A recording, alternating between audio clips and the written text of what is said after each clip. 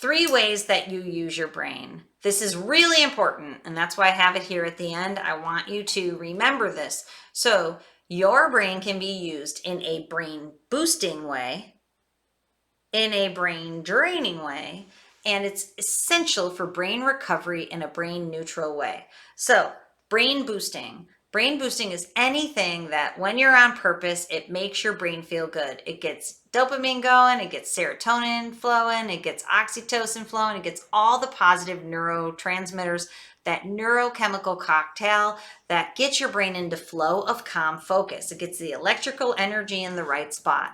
So, brain boosting things. Work you love, doing work that you love, taking breaks, productivity, optimal productivity shows us 1.5 hours on for 1 hour and 15 minutes on, for 15 minutes off on a 1.5 hour cycle. 1 hour and 15 minutes you use your brain, 15-minute break. Brain boosting activities tend to be when you're producing something and you're putting something out of your brain into the world, when you're taking something in from the world into your brain and you're on purpose doing it. One of the best ways to do it is to use your mind and your body on purpose. Brain boosting. That is where it's at. And if you have a lot of brain boosting activities in your life, your brain doesn't have to go to alcohol or to drugs or to any other addictive substance or behavior. It doesn't have to go to spending. It doesn't have to be angry. It doesn't have to act out. When you do brain boosting activities, you can stay in the middle. But it's essential that you offset brain boosting activities with brain neutral recovery. So just chilling on your couch, like I said, I do that a lot. I just plunk on the couch and I wait for, my house, someone comes by every 3 seconds. So I wait for someone to come by and I interact with them. And I don't think I shared with you, I might have shared with you that I try to make sure, I know that was circular, I make sure that I interact with each one of my kids for 5 minutes. I have time with them. I just chill with them or I do whatever I need to for at least 5 minutes a day. Some days I spend 3 hours with Declan helping him with his college applications, but I have to go out of my way to see Seamus. Other days I help Seamus learn how to drive, but I have to go out of my way to see Deck.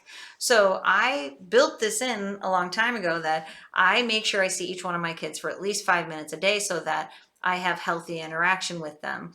And in a good way, it's really good for me, connection, and good for them too. But I use it as a brain neutral recovery activity. So I'm working, I'll come out, I'll relax with somebody, then I go back to work. That'll be my 15 minutes is just hanging out with a kid. I use cooking in that way, at least chopping vegetables, completely mindless. So I'm thinking about this program. And then when I'm done recording this program, I'll go chop some veggies for crockpot creation and it brings my brain down. I take a nap. If I meditate, if I watch TV for a short amount of time, if you play video games a little bit, if you do puzzles, if you do crochet, if you go for a walk, if you go into nature, all of those are brain neutral activities that are essential for recovery and integration. You have to integrate your experiences. You need downtime in your brain to do that. And your brain has to come out of these extremes back into the middle. That's what recovery is.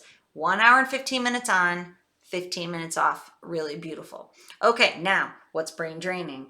Brain draining is anything that's clearly bad for you, like pornography. It's one of the most brain draining activities that are out there. Gaming, if you do it too long, it's brain draining. TV, if you watch too much, it's brain draining.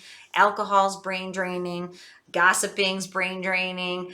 Anything that does not serve your nervous system or your brain, if it doesn't serve you and the world, it's brain draining. So looking at, and brain boosting activities, if you do them too much, not brain boosting, brain neutral activities can become brain draining if you do too much. So if you take a nap, what science shows is a 20-minute power nap can be refreshing, but if you sleep for an hour in the middle of the day, it can actually drain you. So making sure that you balance productivity and brain boosting activities with recovery and stay out of, as much as possible, anything that drains the life out of you and out of your brain.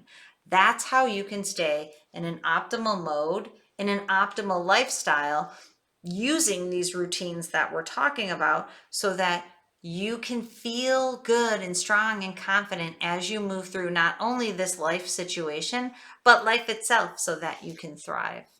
Okay, meet me in what I cannot believe is the last lesson on how to set goals and to move towards them to anchor you into your future. I'll see you there.